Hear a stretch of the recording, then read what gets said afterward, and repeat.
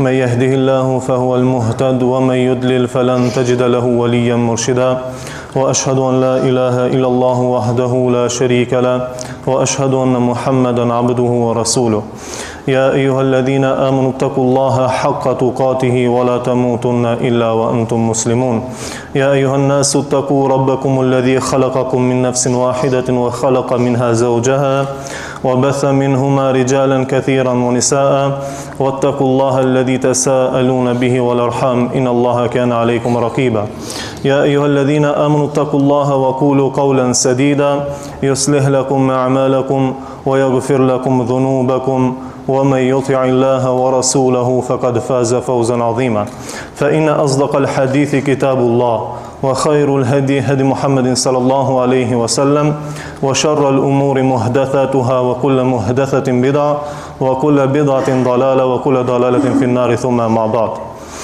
Allahu në falenderojmë, vetëm prej Tij ndihmë, falje, mëshirë, begatim, mirësi kërkojmë. Salavatet dhe selamet ja dedikojmë Muhammedit sallallahu alaihi wasallam, familjes së tij, shokëve të tij dhe të gjithë atyre të cilët e ndjekin edhe që do ta ndjekin në rrugën e tij deri në ditën e gjykimit. Të nderuar xhamatli, të dashur të pranishëm, na në këtë dunjë duhet të mundohemi ta fitojmë kënaqësinë dhe dashurinë e Allahut subhanahu wa taala. A thu vallë, si fitohet dashuria e Allahut? Cila është mënyra më e thjeshtë e fitimit të kësaj dashurie? Të nderuar xhamatli, dashuria e Allahut fitohet me anë të nafileve, me anë të veprave vullnetare. Allahu subhanahu wa taala në hadith kutsi ka thënë: nuk më afrohet robi me asgjë tjetër më shumë se sa me farzet. Vazhdon robi të afrohet me anë të nafileve derisa ta dua. E kur ta dua, thot, bëhem syri i tij me të cilin sheh, veshi i tij me të cilin dëgjon, këmba e tij me të cilën ec dhe dora e tij me të cilën punon. Nëse më kërkon diçka do t'i jap, e nëse më kërkon mbrojtje, do ta mbroj.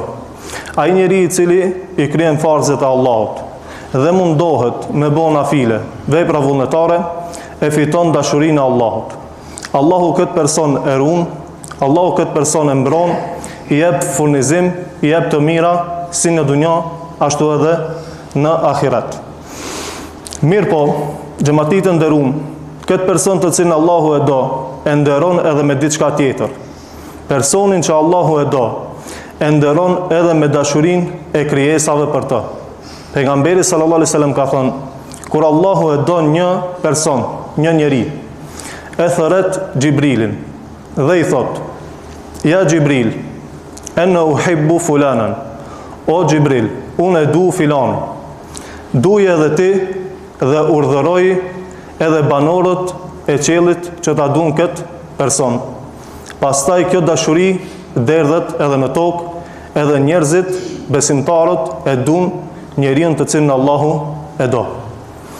E ta shtrohet pyetja retorike: sa mund të jetë numri i melekëve?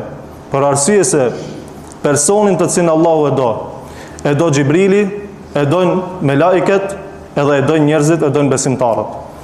Sa mund të jetë numri i melekëve të cilët Allahu i ka kriju? A ka ndonjë shifër, a ka ndonjë përkufizim? A janë miliarda, a janë biliarda, apo sa është numri i tyre real? Këtë gjë e di vetëm se Allahu subhanahu wa ta'ala. Pejgamberi alayhis salam, kur e ka përshkruajt udhëtimin e tij të Isras edhe Mirajit, ka thënë dhe e ka përmend që e ka pa Ibrahimin alayhis salam të mbështetur në Beitul Ma'mur, në shtëpinë e ndritur, në qabën e qiellit, në qabën e melaikeve. Dhe ka thënë që aty në ditë hinë bëjnë tavaf 70.000 melaike, bëjnë tavaf në Beitul Ma'mur çdo ditë. Dhe ato melaike të cilët hinë bëjnë tavaf nuk kanë shans, nuk kanë mundësi me hi përsëditi me bë tavaf deri në ditën e Kiametit. Nëse sot bëjnë tavaf 70.000 melaike, këto më nuk kanë mundësi asnjëherë me hi dhe me bë tavaf aty. Kaq është numri i madh i melaikeve që Allahu subhanahu wa taala i ka kriju. A mund ta din dikush që sa vjet ekziston kjo botë? që sa ditë Allahu i ka kriju melaiket, që sa ditë bëhet tavaf në Bejtul Ma'mur, askush nuk mundet ta din. Për arsye se kaq është numri i madh i melaikeve që Allahu i ka kriju, dhe kaq është numri i madh që çdo ditë futen aty nga 70.000 dhe bëjnë tavaf. Vetëm në qiellin e dunjas, të nderuar xhamatli, ka më shumë melaike se sa njerëz që ka në tokë. Jo 8 miliard sa jemi sot, po njerëz që nga koha e Ademit a.s. e deri te njeriu i fundit që ka merituar në ditën e gjykimit. Ka më shumë melaike vetëm në qiellin e dunjas. Krejt këto melaike, krejt këto krijesa të Allahut na duan neve nëse bëjmë një gjë shumë të thjeshtë.